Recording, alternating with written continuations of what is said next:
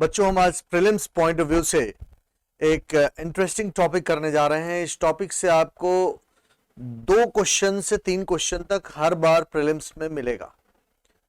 इस टॉपिक की खासियत यह है कि यहां से आने वाले क्वेश्चन रिलेटिवली बहुत आसान क्वेश्चन होते हैं, बहुत इजी क्वेश्चन होंगे।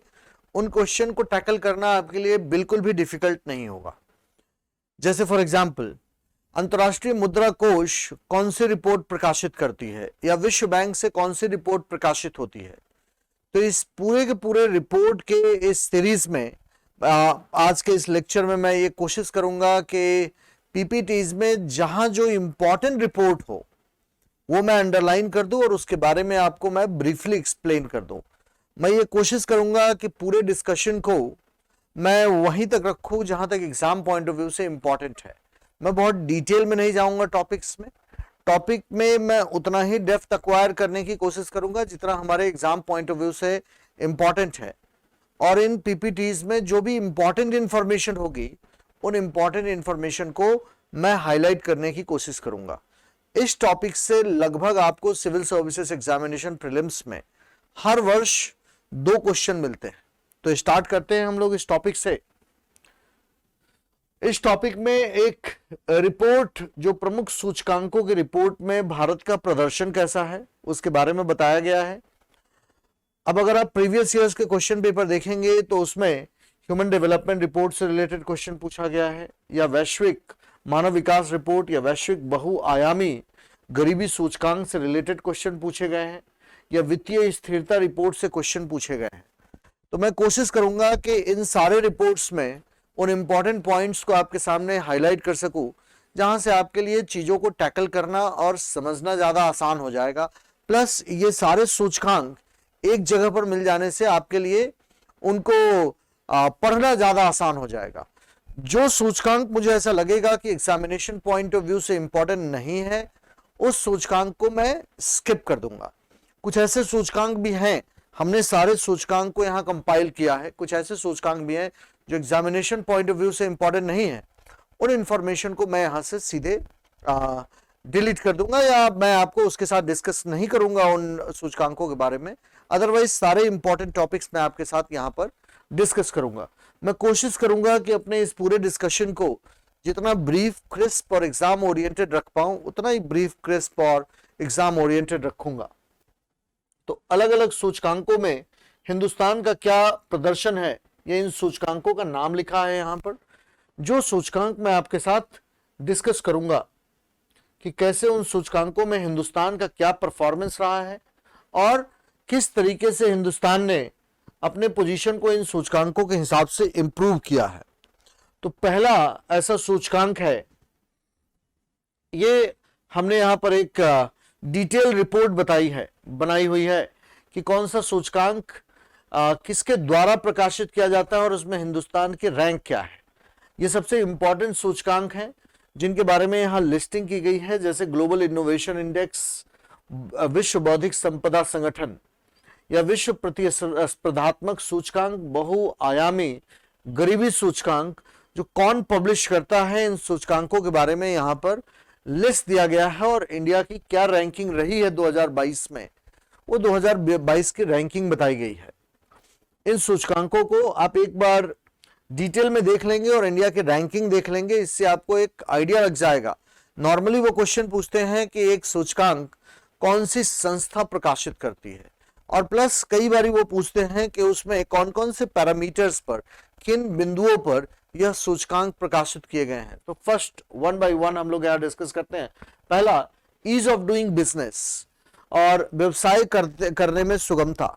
ये क्यों हमारे लिए इंपॉर्टेंट हो गया है, क्योंकि लगातार हिंदुस्तान ने, हालांकि इस रैंकिंग को, ईज ऑफ डूइंग बिजनेस को विश्व बैंक ने अब प्रकाशित करना बंद कर दिया है, लेकिन ये इंपॉर्टेंट हमारे लिए क्यों है, क्योंकि हिंदुस्तान ने बड़ी शानदार प्रगति देखी है, अपनी रैंकिंग में सुधार देखा है ईज ऑफ डूइंग बिजनेस में। हिंदुस्तान में कई रिफॉर्म्स ऐसे हुए हैं जिसके कारण हमने ईज ऑफ डूइंग बिजनेस की रैंकिंग में बहुत ज्यादा सुधार देखी है। रिमार्केबल बात यह है कि हमने अपनी रैंकिंग 2014 में, जो हमारा स्थान 142वां स्थान हुआ करता था, अब हम 63वें स्थान पर पहुंच गए हैं। और यह ध्यान में रखिएगा कि हम विश्व बैंक द्वारा ये रैंकिंग आज के डेट में बंद की जा चुकी है। विश्व बैंक अब ये रैंकिंग प्रकाशित नहीं करता है। तो फर्स्ट जो टॉपिक है वो है कि विश्व बैंक द्वारा प्रकाशित की जाने वाली ईज ऑफ डूइंग बिजनेस या व्यवसाय करने में सुगमता सूचकांक, इसका प्रकाशनकर्ता विश्व बैंक है और इसके द्वारा इसे देशों को उनके व्यापारिक माहौल के आधार पर रैंक करने के लिए 2002 में लॉन्च किया गया था, जिसे अब बंद किया जा चुका है। इंपॉर्टेंट ये क्यों है? क्योंकि हिंदुस्तान की स्थिति 63वें स्थान से 142वें स्थान से हिंदुस्तान 63वें स्थान पर पहुंच गया और अब इसका प्रकाशन विश्व बैंक के द्वारा बंद किया जा चुका है। दूसरा है ग्लोबल फाइंडेक्स डेटाबेस 2021 इसका प्रकाशन करता है, ग्लोबल फाइंडेक्स डेटाबेस का प्रकाशन करता है विश्व बैंक। इसे विश्व बैंक के द्वारा प्रकाशित किया जाता है तथा कोविड-19 के दौर में वित्तीय समावेशन, डिजिटल भुगतान और लचीलापन, जो फ्लेक्सिबिलिटी है, उसके बेसिस पर कंट्री को रैंकिंग की जाती है। फाइनेंशियल इंक्लूजन से रिलेटेड, वित्तीय समावेशन से रिलेटेड अगर कोई भी रैंकिंग है तो वो एग्जाम पॉइंट ऑफ व्यू से इंपॉर्टेंट हो जाती है। क्यों एग्जाम पॉइंट ऑफ व्यू से इंपॉर्टेंट हो जाती है? क्योंकि हिंदुस्तान ने लगातार ये कोशिश की है कि वित्तीय समावेशन के लक्ष्यों को पूरा किया जा सके और यहां पर भारत उन 7 देशों में शामिल है जहां संपूर्ण आबादी की औपचारिक बैंकिंग तक पहुंच नहीं है। अब यहां एक ध्यान रखने की बात है कि हमारा इंप्रूवमेंट कितना हुआ है।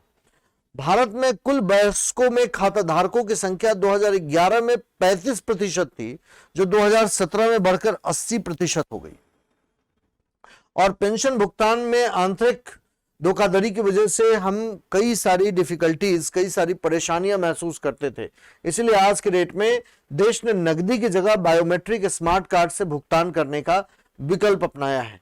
ये फाइनेंशियल इंक्लूजन से रिलेटेड डेटाबेस है जिसका प्रकाशन करता विश्व बैंक है। इसका नाम है global Findex database. Then next one is, जो अगला रिपोर्ट है वो है वित्तीय स्थिरता रिपोर्ट। क्यों वित्तीय स्थिरता रिपोर्ट इंपॉर्टेंट है? यहां एक बात समझने की कोशिश करेंगे कि यह रिजर्व बैंक ऑफ इंडिया, भारतीय रिजर्व बैंक के द्वारा प्रकाशित किया जाता है और यह छमाही रिपोर्ट है जो वित्तीय स्थिरता, यह छमाही रिपोर्ट है, हर 6 महीने के बाद प्रकाशित होती है, जो वित्तीय स्थिरता और वित्तीय प्रणाली के लचीलेपन के जोखिमों को दर्शाती है। इसका मुख्य निष्कर्ष क्या है कि हमने टीकाकरण में प्रगति किया है, कॉर्पोरेट क्षेत्र हमारा मजबूत हो रहा है, बैंक ऋण वृद्धि में सुधार हो रहा है। जैसे एक्सपर्ट्स का आज के समय में यह कहना है कि बैंकिंग सेक्टर के लिए हिंदुस्तान, आज के डेट में हिंदुस्तान में जो क्रेडिट ग्रोथ हो रहा है वो ऑलमोस्ट एक जादुई सपने की तरह से है। जिस तरीके से हिंदुस्तान में क्रेडिट ग्रोथ हो रहा है और स्पेशली कॉर्पोरेट जो क्रेडिट है, जो कॉर्पोरेट ग्रुप को, कॉर्पोरेट समूहों को क्रेडिट दी जाती है, उसमें लगातार वृद्धि देखने को मिली है। इसलिए यहां पर मैंने मेंशन किया है कि कॉर्पोरेट क्षेत्र हमारा मजबूत हो रहा है और बैंक ऋण वृद्धि में सुधार हो रहा है और इसका मुख्य निष्कर्ष है कि कॉर्पोरेट क्षेत्र मजबूत हो रहा है और बैंक ऋण वृद्धि में सुधार हो रहा है तथा वस्तु की कीमतों, घरेलू मुद्रास्फीति, इक्विटी मूल्य में उतार चढ़ाव, परिसंपत्ति की गुणवत्ता में गिरावट आदि प्रमुख जोखिमों को आंका गया है इस रिपोर्ट के जरिए। और दूसरा रिपोर्ट है डिजिटल भुगतान, डिजिटल पेमेंट इंडेक्स। क्यों इंपॉर्टेंट है? डिजिटल इंडिया के इस दौर में जब हम लगातार चीजों को डिजिटाइज करने की कोशिश कर रहे हैं, हम ये कोशिश कर रहे हैं कि सारी चीजें हम डिजिटल इंडिया के माध्यम से करें, सारी चीजें हम प्रौद्योगिकी के माध्यम से करें, जिससे करप्शन भी काफी कम हो जाएगा, प्लस लोगों तक सरकारी सुविधाओं का लाभ पहुंचाने में हमें आसानी होगी। इसीलिए डिजिटल इंडिया प्रोग्राम पर लगातार हमारा स्पेशल फोकस है कि किस तरीके से प्रौद्योगिकी के द्वारा लोगों का विकास सुनिश्चित किया जा सकता है, समाज का विकास सुनिश्चित किया जा सकता है। तो मैंने यहां पर मेंशन किया है कि इसमें 5, ये भारतीय रिजर्व बैंक द्वारा प्रकाशित किया जाता है और इसके 5 व्यापक पैरामीटर शामिल है। पहला, भुगतान समर्थकर्ता, जो देश में डिजिटल भुगतानों की गहनता और पैठ की पहुंच को मापने में सक्षम बनाता है। भुगतान संरचना, भुगतान प्रदर्शन उपभोक्ता केंद्रित, इसे आधार अवधि के रूप में मार्च 2018 के साथ 1 जनवरी 2021 को लॉन्च किया गया था और इसमें उल्लेखनीय वृद्धि दर्ज की गई है। अगला प्रोग्राम है national multi dimensional poverty index, राष्ट्रीय बहुआयामी गरीबी सूचकांक। इसका प्रकाशन करता कौन है? तो इसे संयुक्त राष्ट्र विकास कार्यक्रम यूएनडीपी और ऑक्सफोर्ड निर्धनता और मानव विकास पहल Oxford poverty and human development initiative के सहयोग से नीति आयोग ने इसे जारी किया है। ध्यान रखिएगा कि इसे यूएनडीपी और ऑक्सफोर्ड निर्धनता और मानव विकास पहल के सहयोग से नीति आयोग ने जारी किया है और यह 3 आयामों और 12 संकेतकों में अभाव को मापता है। ध्यान में रखिएगा, जो 3 आयाम है वो आपके एग्जाम पॉइंट ऑफ व्यू से इंपॉर्टेंट है, जिनको मैं यहां अंडरलाइन कर रहा हूं। पहला स्वास्थ्य, दूसरा शिक्षा और तीसरा जीवन स्तर, जिसमें जल, स्वच्छता, बिजली, खाना पकाने का ईंधन, संपत्ति, बैंक खाता। स्वास्थ्य, किशोर और बाल मृत्यु दर, पोषण, प्रसव पूर्व देखभाल, शिक्षा में स्कूली शिक्षा और नामांकन के वर्ष, और ग्रामीण एमपीआई और राष्ट्रीय एमपीआई दोनों यहां पर मेंशन किया गया है। तीसरा है एक्सपोर्ट प्रिपेयर्डनेस इंडेक्स। ये ध्यान में रखेंगे कि एक्सपोर्ट प्रिपेयर्डनेस इंडेक्स क्यों हमारे लिए इंपॉर्टेंट है।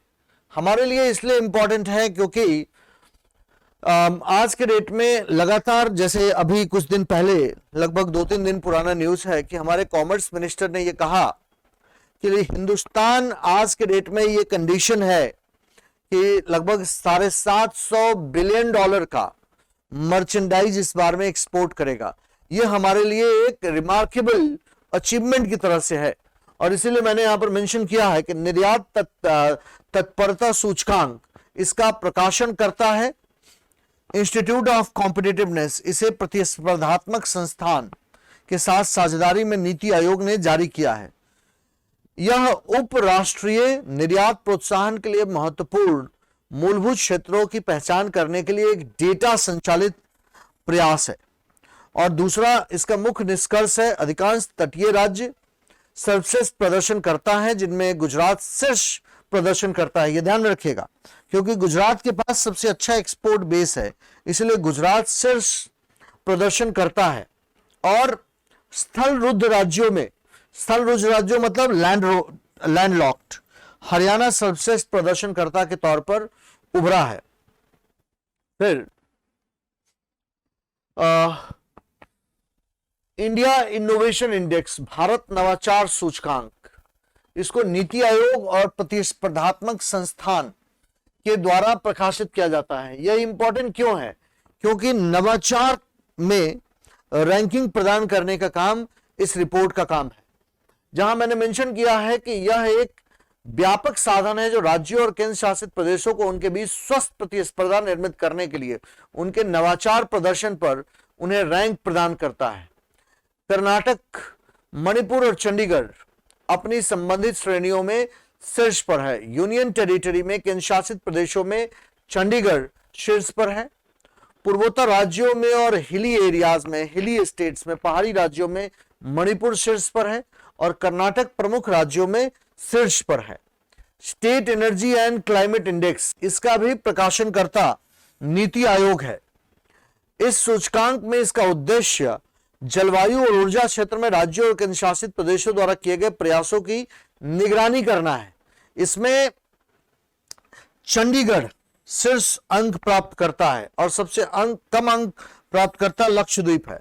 बड़े राज्यों में शीर्ष 3 प्रदर्शन करता है गुजरात, केरल और पंजाब। इस चीज को याद रखेंगे, गुजरात, केरल और पंजाब बड़े राज्यों में, और छोटे राज्यों में गोवा, त्रिपुरा और मणिपुर। हमें केवल बड़े राज्यों और छोटे राज्यों और केंद्र शासित प्रदेशों में चंडीगढ़ याद रखने की जरूरत है। बड़े राज्यों में गुजरात, छोटे राज्यों में गोवा और केंद्र शासित प्रदेशों में चंडीगढ़।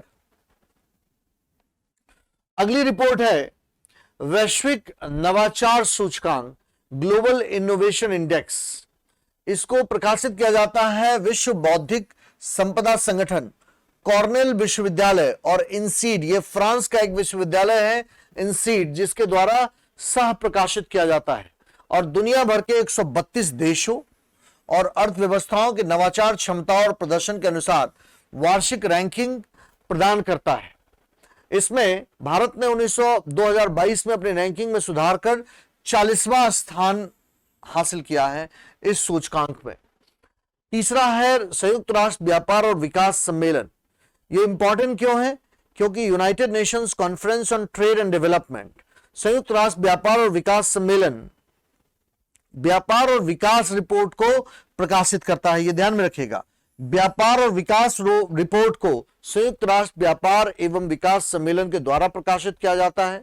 इसमें मुख्य निष्कर्ष विश्व उत्पादन 3.6% से बढ़ने की उम्मीद है तथा रिपोर्ट में कहा गया है कि भारत 2022 में 6.7% की आर्थिक वृद्धि दर्ज करेगा। इसकी रिपोर्ट हमारे लिए इंपॉर्टेंट हो जाती है। कुछ रिपोर्ट को आप नोटिस करेंगे, आप अंडरलाइन में कर रहा हूं, आप उनको नोट डाउन कर सकते हैं। जैसे अंकटाड के द्वारा कौन कौन सी रिपोर्ट प्रकाशित होती है। एक रिपोर्ट मैंने यहां पर बताया, व्यापार और विकास रिपोर्ट। दूसरा विश्व निवेश रिपोर्ट। तीसरा डिजिटल अर्थव्यवस्था रिपोर्ट और चौथा प्रौद्योगिकी और नवाचार रिपोर्ट। ये 3 रिपोर्ट इंपॉर्टेंट है, आप इनको नोट कर सकते हैं। अगली रिपोर्ट है वैश्विक बहुआयामी गरीबी सूचकांक रिपोर्ट। इसको Oxford poverty and human development initiative और संयुक्त राष्ट्र विकास कोष के द्वारा संयुक्त रूप से जारी किया गया है। इसके प्रमुख संकेतक कौन कौन है, ये ध्यान में रखेंगे। प्रमुख संकेतक मेनली अगर वो क्वेश्चन पूछेंगे तो प्रमुख संकेतक से रिलेटेड क्वेश्चन पूछेंगे। स्वास्थ्य, जो भी थोड़ी देर पहले मैंने आपसे कहा, शिक्षा और जीवन स्तर, और यह निर्जातीयता, जाति और लिंग के आधार पर असमानताओं को उजागर करने का काम करता है। दूसरी रिपोर्ट है ह्यूमन डेवलपमेंट इंडेक्स। यह संयुक्त राष्ट्र विकास कार्यक्रम यूएनडीपी इसको प्रकाशित करता है। इसमें यह मानव विकास के 3 प्रमुख आयामों में उपलब्धियों का एक पैमाना है। यह ध्यान में रखिएगा कि मानव ह्यूमन डेवलपमेंट रिपोर्ट यह अनिश्चित समय, अस्थिर जीवन और एक बदलती दुनिया में हमारे भविष्य को आकार देना विषय के साथ जारी की गई है। इसके विषय का नाम है अनिश्चित समय, अस्थिर जीवन, बदलती दुनिया में हमारे भविष्य को आकार देना। इसे पहली बार 1990 में प्रकाशित किया गया था तथा यह 3 प्रमुख आयामों में उपलब्धियों का एक पैमाना है। जैसे पहला, दीर्घ और स्वस्थ जीवन, ज्ञान तक पहुंच जो एनरोलमेंट रेट होता है, और सभ्य जीवन स्तर में जो प्रगति देखी गई है, जिसके आधार पर यह कंट्रीज को, देशों को रैंकिंग देने का काम करता है। देन यूएनडीपी के द्वारा जारी अन्य रिपोर्ट है लैंगिक असमानता सूचकांक, gender social norms index. Commerce, वाणिज्य और उद्योग मंत्रालय के द्वारा प्रकाशित किए जाने वाले रिपोर्ट। पहला रिपोर्ट है लीड्स, विभिन्न राज्यों में लॉजिस्टिक्स सुगमता सर्वेक्षण रिपोर्ट। क्यों लॉजिस्टिक्स सुगमता सर्वेक्षण रिपोर्ट हमारे लिए इंपॉर्टेंट है? क्योंकि हिंदुस्तान की नई लॉजिस्टिक्स पॉलिसी आई है अभी कुछ दिन पहले। क्यों हमारे लिए लॉजिस्टिक्स इंपॉर्टेंट है? हमारे लिए लॉजिस्टिक्स इसलिए इंपॉर्टेंट है कि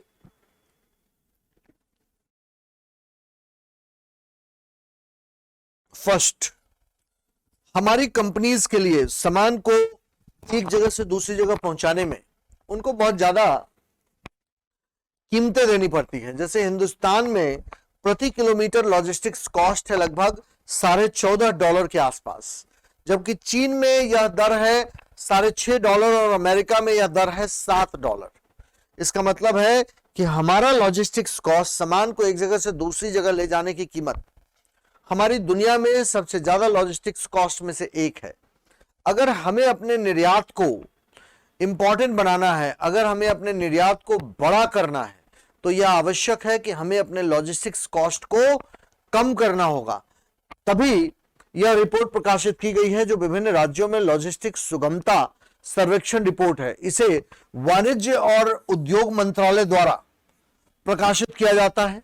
यह सभी 36 राज्यों और केंद्र शासित प्रदेशों में लॉजिस्टिक्स अवसंरचना, सेवाओं और मानव संसाधनों का आकलन करने के लिए ये एक स्वदेशी डेटा संचालित सूचकांक है। इसका वर्गीकरण आधारित ग्रेडिंग प्रणाली को इसमें अपनाया गया है, जिसमें 3 स्तंभों के तहत धारणा आधारित संकेतक शामिल हैं: अवसंरचना, सेवाएं और नियामक ढांचा। यह ध्यान में रखिएगा, 3 स्तंभों के तहत धारणा आधारित संकेतक शामिल हैं: अवसंरचना 1, सेवाएं 2 और नियामक का ढांचा 3। देन खाद्य मूल्य सूचकांक, फूड प्राइस इंडेक्स, प्रकाशनकर्ता इसका खाद्य और कृषि संगठन है।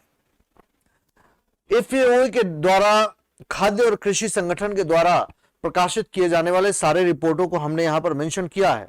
इसका प्रकाशनकर्ता खाद्य और कृषि संगठन है। यह सूचकांक खाद्य वस्तुओं के एक बास्केट को अंतर्राष्ट्रीय कीमतों में मासिक परिवर्तन को यह मापने का काम करता है, और इसमें प्रत्येक समूह की औसत निर्यात साझेदारी द्वारा भारित 5 वस्तु समूह मूल्य सूचकांकों का औसत शामिल है, जिसमें अनाज, चीनी, मांस, वनस्पति तेल और डेयरी शामिल है। दूसरी रिपोर्ट पब्लिश करता है खाद्य और कृषि की स्थिति, state of food and agriculture. इसका प्रकाशनकर्ता खाद्य और कृषि संगठन है, यह ध्यान में रखेंगे, खाद्य और कृषि की स्थिति। और यह कृषि खाद्य प्रणालियों को बदलने के लिए स्वचालन का लाभ उठाना इस रिपोर्ट में बताया गया है।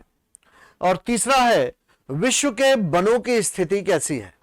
विश्व के वनों की स्थिति ध्यान में रखिएगा, इसे भी संयुक्त राष्ट्र के खाद्य और कृषि संगठन के द्वारा प्रकाशित किया जाता है कि किस तरीके से वन बढ़ते जा रहे हैं। सो विश्व में आधे से अधिक सकल घरेलू उत्पाद वनों द्वारा प्रदान की जाने वाली सेवाओं सहित पारिस्थितिकी तंत्र सेवाओं पर मामूली रूप से अत्यधिक निर्भर करते हैं। 1990 और 2020 के बीच वनों की कटाई के कारण 420 मिलियन हेक्टेयर वन नष्ट हो रहे हैं। इसमें एक रिपोर्ट आई थी पिछले साल कि किस तरीके से अमेजोन एरिया में, ब्राजील के अमेजोन एरिया में रेन फॉरेस्ट में सोयाबीन की खेती के लिए अमेजोन रेन फॉरेस्ट को कम किया जा रहा है और बड़ी तेजी से अमेजोन रेन फॉरेस्ट कम होते जा रहे हैं। तो बेसिकली पर्पस इसमें यह है, उद्देश्य इनका यह है किस तरीके से फॉरेस्ट को, वनों को बढ़ाया जा सकता है। फिर मैंने मेंशन किया है कि प्रबंधन और विकास संस्थान के द्वारा प्रकाशित होने वाली रिपोर्ट, पहला विश्व प्रतिस्पर्धात्मक सूचकांक, इसको प्रबंधन और विकास संस्थान के द्वारा प्रकाशित किया जाता है। भारत ने एशियाई अर्थव्यवस्थाओं में सबसे तेज वृद्धि देखी है, जिसमें वो अच्छा स्थान की छलांग लगाकर 43 से 37वें स्थान पर पहुंच गया है, और डेनमार्क इस सूचकांक में सबसे ऊपर है।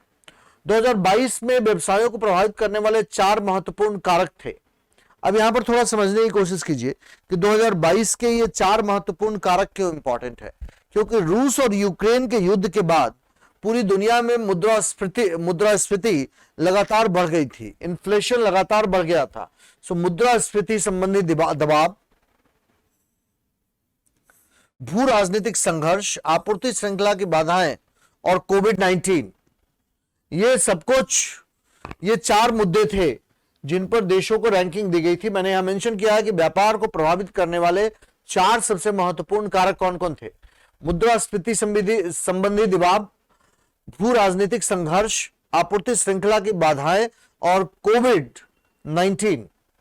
देन अंतर्राष्ट्रीय श्रम संगठन, यह ध्यान में रखिएगा, ये दुनिया का, ये संयुक्त राष्ट्र संघ के जितने भी संस्थाएं हैं उनमें सबसे पुराना संस्था है अंतर्राष्ट्रीय श्रम संगठन, इंटरनेशनल लेबर ऑर्गेनाइजेशन। यह वैश्विक मजदूरी रिपोर्ट प्रकाशित करता है। जैसा कि आपको समझ में आ रहा है कि यह श्रम संगठन है, तो यह श्रम से संबंधित रिपोर्ट प्रकाशित करता है, और इसलिए इनके अगर सारे रिपोर्ट्स को आप देखेंगे तो वो श्रम से संबंधित हैं। आप उन रिपोर्टों को देखकर आसानी से ये पता लगा सकते हैं कि अंतर्राष्ट्रीय श्रम संगठन के द्वारा इन रिपोर्टों को प्रकाशित किया गया है।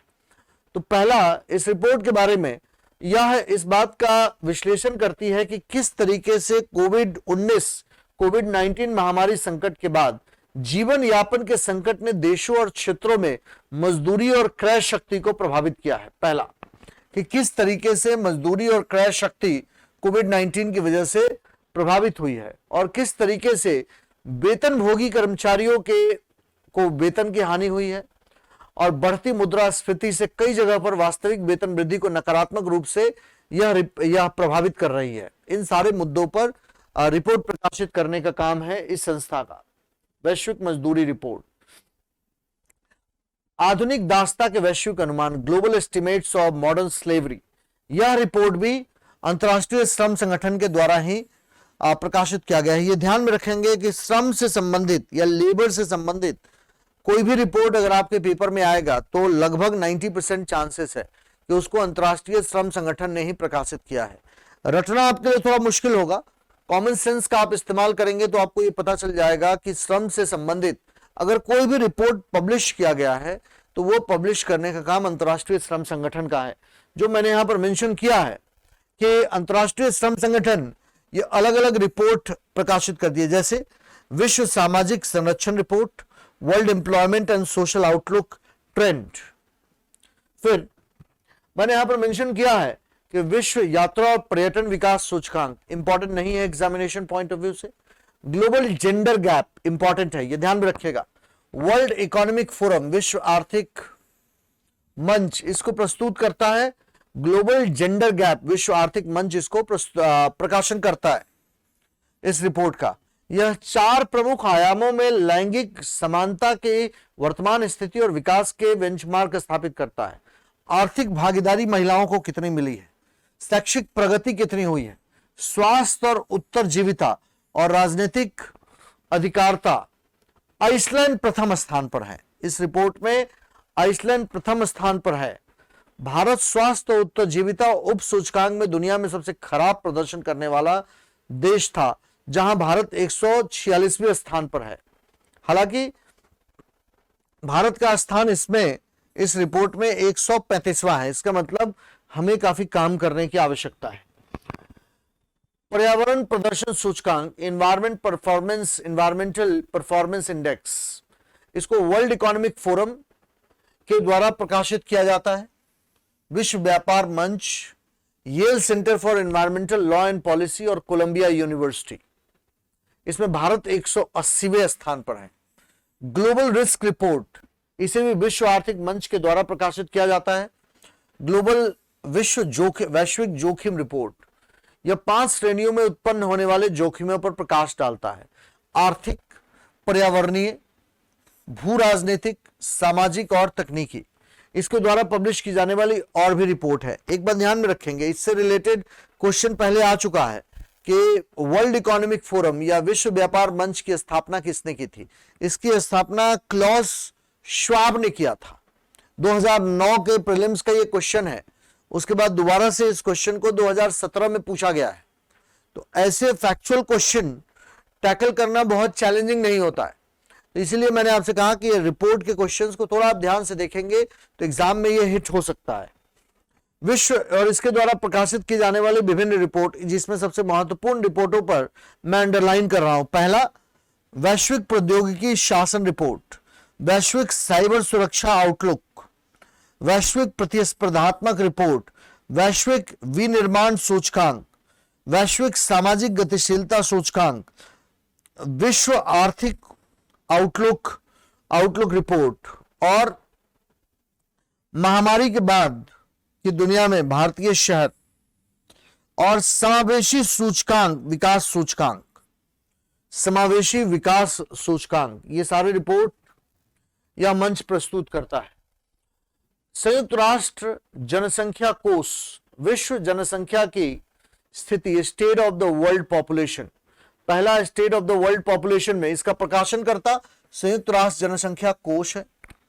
मुख्य निष्कर्ष कि 60% से अधिक अनपेक्षित गर्भधारण गर्भपात के रूप में समाप्त होते हैं, और यह मेंशन किया गया है इन रिपोर्टों में कि किस तरीके की समस्याएं हैं। विश्व व्यापार संगठन, इसके द्वारा प्रकाशित की जाने वाली रिपोर्ट विश्व मानसिक स्वास्थ्य report, world mental health report, ये इंपॉर्टेंट रिपोर्ट नहीं है, इसको आप स्किप कर सकते हैं। वैश्विक टीबी, इसको आप स्किप कर सकते हैं। केवल एक पॉइंट इसमें ध्यान में रखना है कि भारत में सर्वाधिक टीबी रोगी है। देन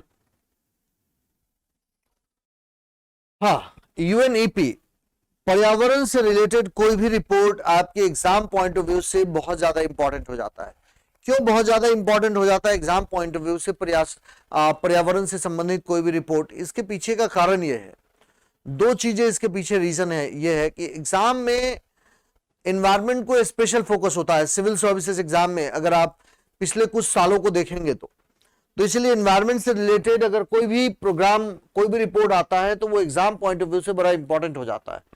संयुक्त राष्ट्र पर्यावरण कार्यक्रम, इसका पहला रिपोर्ट अनुकूलन अंतराल रिपोर्ट, एडेप्टेशन गैप रिपोर्ट, और दूसरा उत्सर्जन अंतराल रिपोर्ट, एमिशन गैप रिपोर्ट, जिसको संयुक्त राष्ट्र पर्यावरण कार्यक्रम के द्वारा प्रकाशित किया जाता है। यह रिपोर्ट उत्सर्जन अंतराल रिपोर्ट क्यों इंपॉर्टेंट है? क्योंकि यह बेसिकली उत्सर्जन अंतराल का आकलन करने वाली एक वार्षिकी रिपोर्ट है और यह ग्लोबल वार्मिंग को, जलवायु परिवर्तन को 2 डिग्री सेल्सियस और 1.5 डिग्री 1.5 डिग्री सेल्सियस से कम पर सीमित करने के लिए वैश्विक ग्रीन हाउस गैस के उत्सर्जन को क्रमशः 30% और 45% कम किया जाना चाहिए और राष्ट्रीय स्तर पर निर्धारित योगदान अपर्याप्त है। Then United in Science 2021 report, United in Science UNEP के द्वारा पहला यूनाइटेड इन साइंस रिपोर्ट। यह रिपोर्ट इंपॉर्टेंट क्यों है? क्योंकि विश्व मौसम विज्ञान संगठन, संयुक्त राष्ट्र पर्यावरण कार्यक्रम आदि द्वारा संयुक्त रूप से इस रिपोर्ट को प्रकाशित किया जाता है। इसका मुख्य निष्कर्ष क्या है? प्रमुख ग्रीन हाउस गैसेस जैसे कार्बन डाइऑक्साइड, मीथेन और नाइट्रस ऑक्साइड कि किस तरीके से इसकी सांद्रता में 2020 और 21 की पहली छमाही में वृद्धि जारी रही और यह CO2 उत्सर्जन में काफी हद तक महामारी के स्तर पर वापस आ गया है। इसकी अन्य रिपोर्ट है वैश्विक पर्यावरण आउटलुक रिपोर्ट, दूसरा खाद्य अपशिष्ट सूचकांक, वैश्विक मीथेन आकलन रिपोर्ट। विश्व मौसम विज्ञान संगठन, इसके द्वारा प्रकाशित की जाने वाली पहली रिपोर्ट इसके द्वारा प्रकाशित की जाने वाली है एशिया में जलवायु की स्थिति, state of the climate in Asia report 2021। इसका प्रकाशनकर्ता विश्व मौसम विज्ञान संगठन है। हमारे एग्जाम पॉइंट ऑफ व्यू से इंपॉर्टेंट इंफॉर्मेशन, बाढ़ और सूखे जैसे मौसम की चरम घटनाओं के कारण 35 बिलियन अमेरिकी डॉलर से अधिक का आर्थिक नुकसान होगा और तूफानों और चक्रवातों के कारण भारत को 4.4 अरब डॉलर और बाढ़ के कारण अतिरिक्त 3.2 अरब डॉलर का आर्थिक नुकसान हुआ है। ग्रीन हाउस गैस बुलेटिन, इसका प्रकाशनकर्ता विश्व मौसम विज्ञान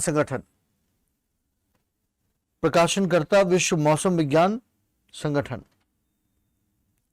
नेक्स्ट विश्व महासागर अवलोकन प्रणाली, इसको छोड़ा जा सकता है।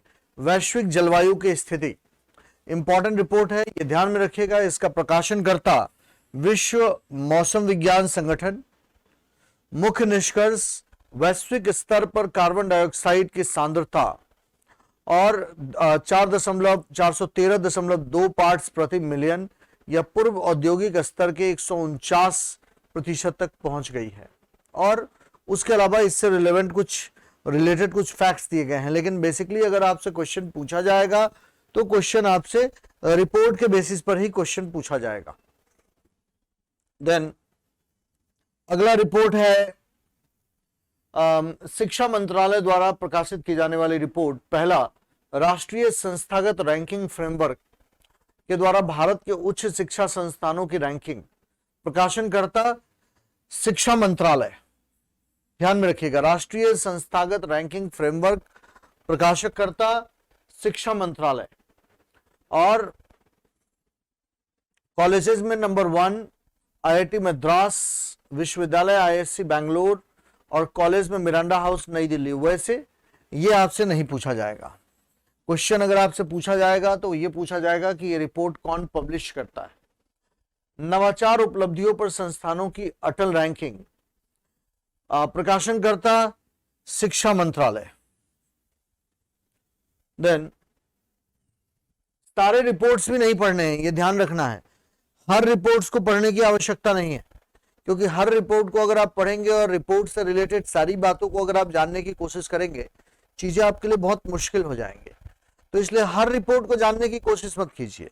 ये देखिए, डिटेल में उस रिपोर्ट के बारे में जानने की कोशिश मत कीजिए। ये देखिए कि ये रिपोर्ट पब्लिश कौन करता है। कुछ रिपोर्ट्स जो बहुत इंपॉर्टेंट होंगे वहां मैं आपको खुद ही बता दूंगा कि इसमें से क्या इंपॉर्टेंट चीजें हैं जो आपके पढ़ने के लिए जरूरी हैं। तो नेक्स्ट वन, सुशासन सूचकांक, गुड गवर्नेंस इंडेक्स, प्रकाशनकर्ता प्रशासनिक सुधार और लोक शिकायत विभाग द्वारा प्रकाशित एक छमाही सूचकांक है। यह गुड गवर्नेंस से रिलेटेड सूचकांक है जो प्रशासनिक सुधार और लोक शिकायत विभाग द्वारा प्रकाशित एक छमाही सूचकांक है, जिसमें अलग अलग राज्यों को रैंकिंग दी गई है।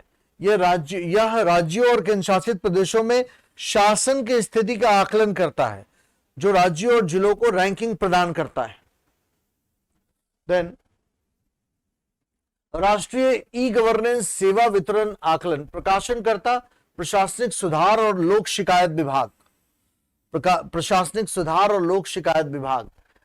यह ई गवर्नेंस सेवा वितरण की गहराई और प्रभावशीलता पर राज्य केंद्र शासित प्रदेशों और केंद्रीय मंत्रालयों का आकलन करती है। मुख्य निष्कर्ष कि देश में ई गवर्नेंस परिदृश्य में सुधार हो रहा है। वित्त और स्थानीय प्रशासन एवं उपयोगिता सेवा क्षेत्रों की ई सेवाओं को सबसे व्यापक रूप से उपयोग किया गया है। ग्रीवांस रिड्रेसल सूचकांक, शिकायत निवारण सूचकांक, इसे भी प्रशासनिक सुधार और लोक शिकायत विभाग द्वारा प्रति माह जारी करता है और यह मंत्रालयों, विभागों और स्वायत्त निकायों को रैंकिंग प्रदान करता है कि वह कहां तक शिकायत के निवारण में सक्षम रही हैं। शिकायत का निवारण तंत्र होना किसी भी देश के गुड गवर्नेंस से संबंधित एक इंपॉर्टेंट इंफॉर्मेशन है। तो संयुक्त राष्ट्र एजेंसियों द्वारा विशेष 301 रिपोर्ट, यह संयुक्त राज्य व्यापार प्रतिनिधि का कार्यालय इसका प्रकाशन करता है तथा इसका मुख्य निष्कर्ष इसमें अर्जेंटीना, चिली, चीन, इंडोनेशिया, रूस और वेनेजुएला के साथ भारत को अपनी प्राथमिक निगरानी सूची में बनाए रखा गया है। इंपॉर्टेंट है, सबसे इंपॉर्टेंट ये विशेष 301 रिपोर्ट से विश्व के बच्चों की स्थिति, state of the world children, प्रकाशनकर्ता यूनिसेफ, ध्यान में रखेंगे, विश्व के बच्चों की स्थिति, प्रकाशनकर्ता यूनिसेफ। और इसमें अलग अलग जो इसके मुख्य निष्कर्ष आए हैं उससे इंपॉर्टेंट है कि आप ये जानिए कि इसका प्रकाशनकर्ता कौन है, क्योंकि ये प्रैक्टिकली एक स्टूडेंट के लिए इम्पॉसिबल है कि वो हर रिपोर्ट के डिटेल में सारे इंपॉर्टेंट इंफॉर्मेशन को जान सके और समझ सके या याद रख सके एग्जाम में। तो आप बेसिकली जो मोस्ट इंपॉर्टेंट रिपोर्ट है ये जानने की कोशिश कीजिए कि उसका प्रकाशनकर्ता कौन। देन वैश्विक रुझान, global trends, force displacement. Force displacement शरणार्थियों के लिए संयुक्त राष्ट्र के उच्चायुक्त इसके प्रकाशन करता है और जिसमें बताने की कोशिश की गई है कि लोग किन कारणों से ज्यादा विस्थापित हो रहे हैं। देन तीसवा, विश्व में खाद्य सुरक्षा और पोषण की स्थिति। विश्व में खाद्य सुरक्षा और पोषण की स्थिति, प्रकाशनकर्ता खाद्य और कृषि संगठन, अंतर्राष्ट्रीय कृषि विकास कोष, यूनिसेफ, संयुक्त राष्ट्र, विश्व खाद्य कार्यक्रम और WHO। मुख्य निष्कर्ष 2021 में वैश्विक स्तर पर 828 मिलियन लोग भुखमरी से प्रभावित हैं। इसमें 2020 के बाद से लगभग 46 मिलियन की वृद्धि हुई है। भारत से संबंधित निष्कर्ष, कुल जनसंख्या में अल्प पोषण 16.3% है। लेकिन एक बात ध्यान में रखेंगे हिंदुस्तान के रिपोर्ट से संबंधित कि भारत में अत्यधिक गरीबी की स्थिति लगभग खत्म हो चुकी है। हिंदुस्तान ऑलरेडी एक्सट्रीम पॉवर्टी वाले कंडीशन से अपने आप को बेहतर कर चुका है और आज के डेट में हिंदुस्तान में प्रधानमंत्री जन कल्याण योजना जैसे प्रोग्रामों के कारण जैसे कार्यक्रमों के कारण हिंदुस्तान में लगभग अत्यधिक गरीबी खत्म हो चुकी है। भूखमरी की स्थिति अभी हिंदुस्तान में नहीं है। हाँ, पोषण से संबंधित कुछ समस्याएं हो सकती है, लेकिन भूखमरी की गड़बड़ियां नहीं है हिंदुस्तान में। सतत विकास लक्ष्यों पर प्रगति और द जेंडर स्नैपशॉट, कि जिसमें संयुक्त राष्ट्र महिला और संयुक्त राष्ट्र आर्थिक और सामाजिक मामलों का विभाग इसका प्रकाशन करता है, जो महिलाओं के से संबंधित सतत विकास के लक्ष्यों पर अपने विचार व्यक्त करता है। वर्ल्ड हैप्पीनेस रिपोर्ट संयुक्त राष्ट्र सतत विकास समाधान नेटवर्क के द्वारा यह प्रकाशित किया जाता है और हिंदुस्तान की रैंकिंग इसमें 136वें स्थान पर हिंदुस्तान है और फिनलैंड इसमें शीर्ष पर बना हुआ है। देन नेक्स्ट रिपोर्ट है हमारे एग्जाम पॉइंट ऑफ व्यू से इंपॉर्टेंट, वो है विश्व जल विकास रिपोर्ट। इसको यूनेस्को के द्वारा प्रकाशित किया जाता है कि दुनिया के विभिन्न हिस्सों में नदियों, झीलों और जलाशयों में जल की निकासी में तीव्र वृद्धि के कारण जल की कमी का अनुभव किया गया है। राष्ट्रीय स्तर पर निर्धारित योगदान एनडीसी प्रकाशनकर्ता UNFCCC है और यह जलवायु परिवर्तन, जलवायु प्रतिबद्धताओं का एक वार्षिक सारांश प्रस्तुत करती है, जिसमें राष्ट्रीय उत्सर्जन को कम करने और जलवायु परिवर्तन को अपनाने के लक्ष्यों, नीतियों और उपायों के बारे में जानकारी शामिल होती है। सदी के अंत तक ये पॉइंट इंपॉर्टेंट पॉइंट है, तापमान वृद्धि को 1.5 डिग्री सेल्सियस तक सीमित करने के प्रयास अपर्याप्त है, इसका मुख्य निष्कर्ष है और इसे प्रकाशित UNFCCC द्वारा किया जाता है। अगली रिपोर्ट है संयुक्त राष्ट्र की विभिन्न एजेंसियों द्वारा जारी रिपोर्ट, जिसमें मैंने यहां बताया है कि अलग अलग एजेंसियां कौन कौन से रिपोर्ट को जारी करती है। इसमें आपको एग्जाम पॉइंट ऑफ व्यू से क्या जानना है?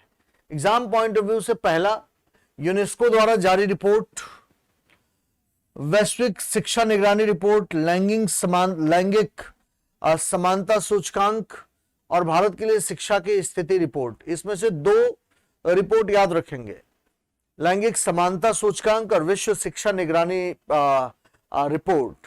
दूसरा, संयुक्त राष्ट्र अंतर्राष्ट्रीय बाल आपातकालीन कोष, खोई हुई कोविड पीढ़ी को भूलना रिपोर्ट। और ये अलग अलग रिपोर्ट प्रकाशित किए गए हैं और इन रिपोर्ट की कौन सा संगठन इन रिपोर्ट को प्रकाशित करता है ये मैंने यहां मेंशन किया है। इससे आपको कुछ चीजें क्लियर हो जाएंगी। कई बारी वो सीधे सीधे क्वेश्चन पूछते हैं कि रिपोर्ट प्रकाशित कौन करता है, तो ऐसे रिपोर्ट्स आप बेसिकली ये जानने की कोशिश कीजिए कि ये रिपोर्ट प्रकाशित करता कौन है।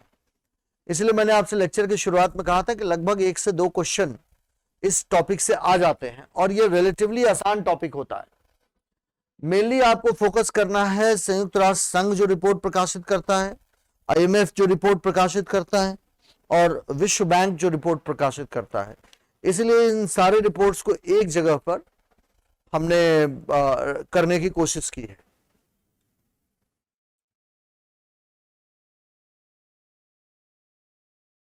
तो नेक्स्ट,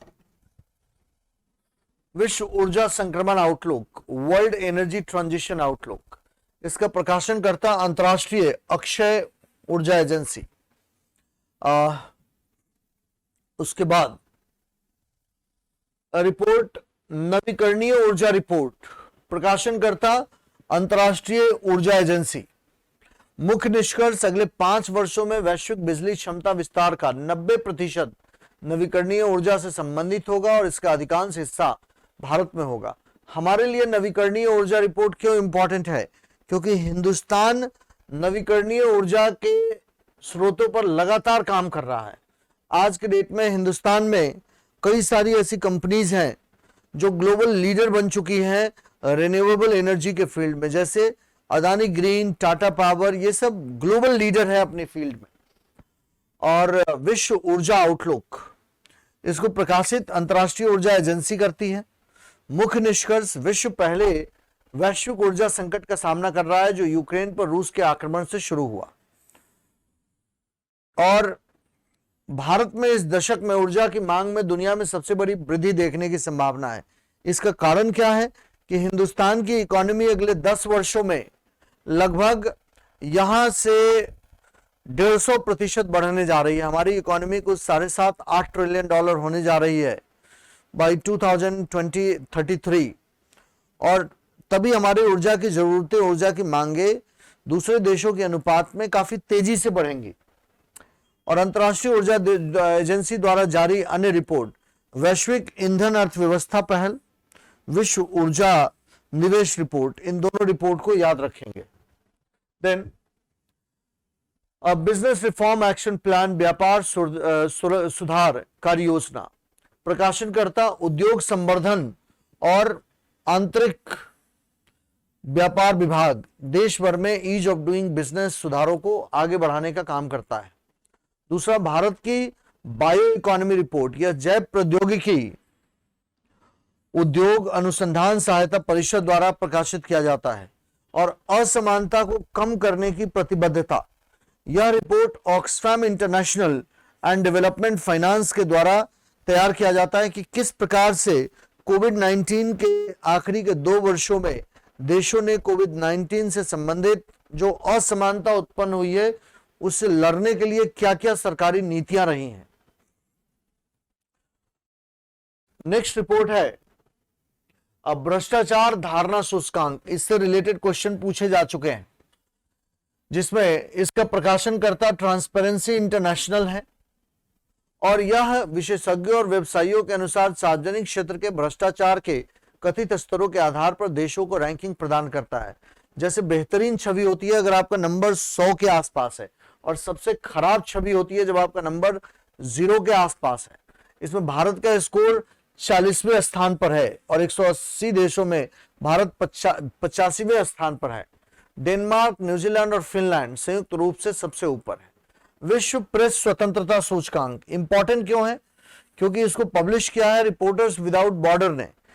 ये एनजीओ है, गैर लाभकारी गैर सरकारी संगठन है, और बेसिकली इसका काम होता है कि किस तरीके से प्रेस की फ्रीडम सुनिश्चित की जा सकती है। क्योंकि मॉडर्न टाइम में ये देखा गया है कि लोकतंत्र का रेजिलियंस, लोकतंत्र कितना मजबूत है, ये इस बात से डिसाइड होता है कि प्रेस को कितनी फ्रीडम मिली हुई है।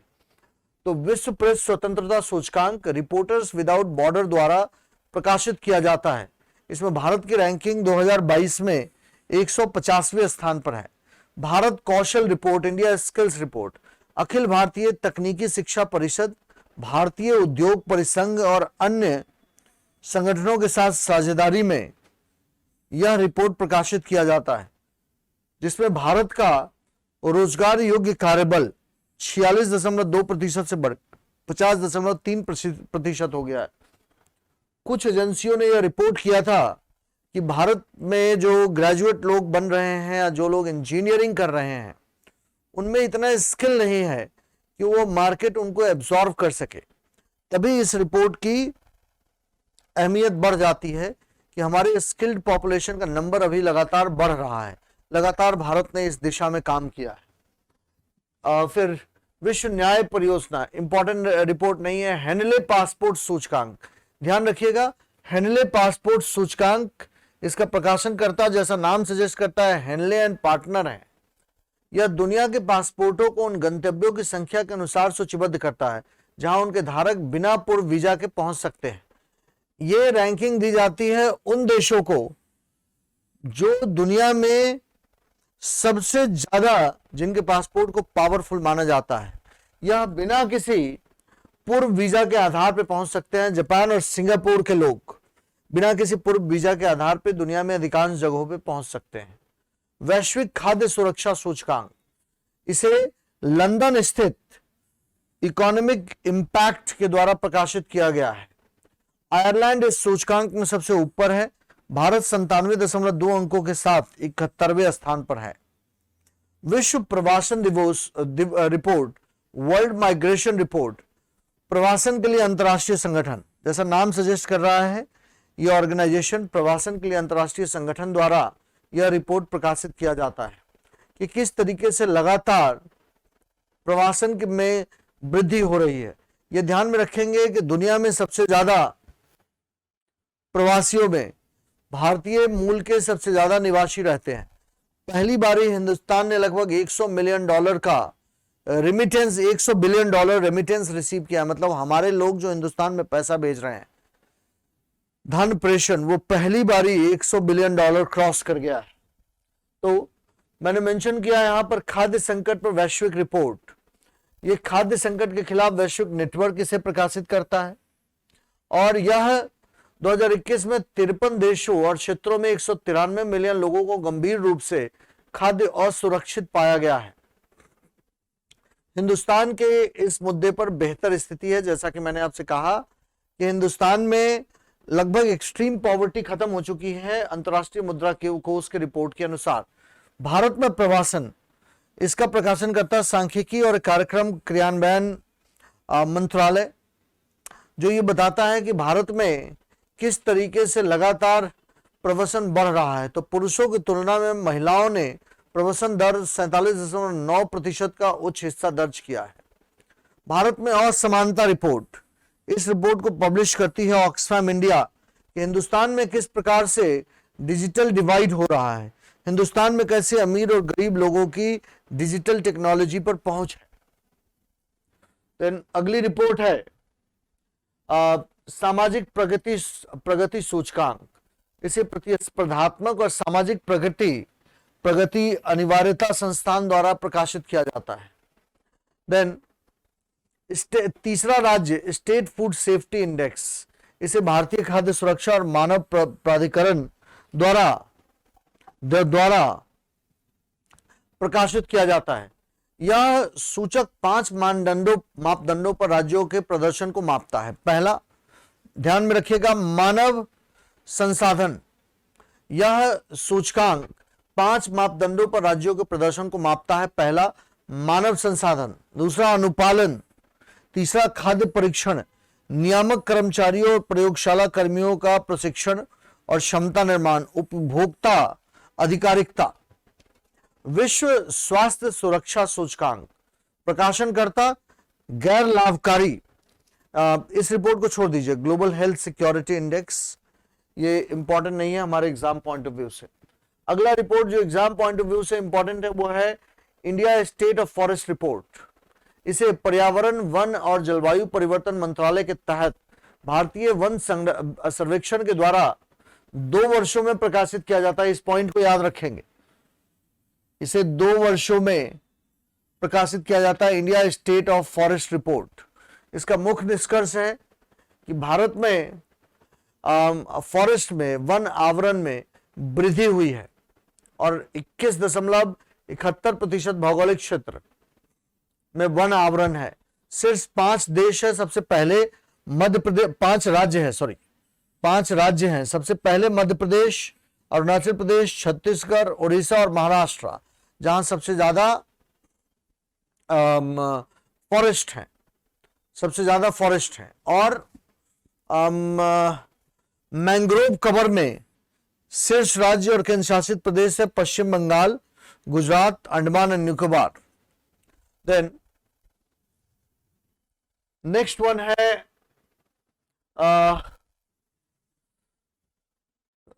नेक्स्ट एशिया प्रशांत संधारणीयता सूचकांक, एशिया पैसिफिक सस्टेनेबिलिटी इंडेक्स। प्रकाशनकर्ता नाइट फ्रैंक एक वैश्विक संपत्ति सलाहकार है। इसका मुख्य निष्कर्ष है कि 4 भारतीय शहरों, बेंगलुरु के बाद दिल्ली, हैदराबाद, मुंबई ने, सबसे पहले बेंगलुरु, हैदराबाद, दिल्ली और मुंबई ने सिर्फ 20 संधारणीय शहरों की स्थिति में जगह बनाई है। नेक्स्ट, मैंग्रोव राज्य, ये केवल याद कर लीजिएगा कि मैंग्रोव राज्य 2022 में प्रकाशनकर्ता ग्लोबल मैंग्रोव अलायंस है। वैश्विक कार्बन बजट, प्रकाशनकर्ता ग्लोबल कार्बन प्रोजेक्ट है। Then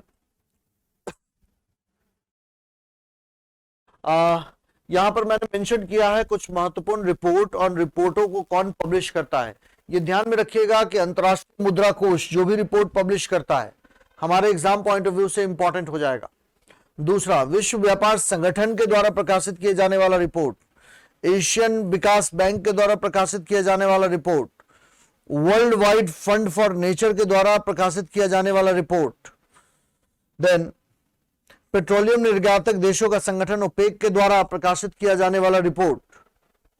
then Institute of Economics and Peace Australia के द्वारा प्रकाशित किया जाने वाला रिपोर्ट, और Stockholm International Peace Research Institute के द्वारा प्रकाशित किए जाने वाला report exam point of view से ऑटोमेटिकली इंपॉर्टेंट हो जाता है। देन नेक्स्ट है